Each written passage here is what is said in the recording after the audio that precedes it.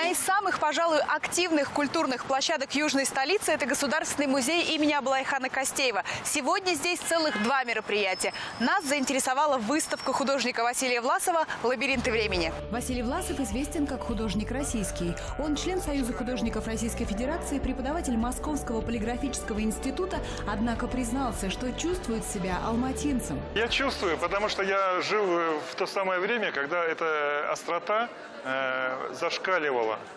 Я пошел в 1 класс сюда и закончил училище.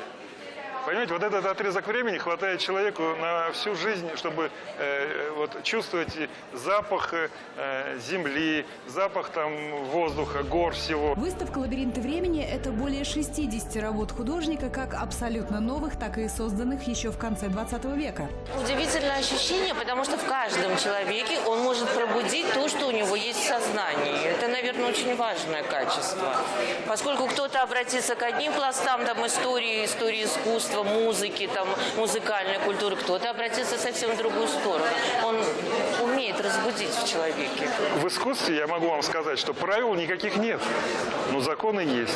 Вот чтобы постичь эти законы, надо учиться. И чем больше ты смотришь, тем ты, наверное, сам себя поправляешь по жизни.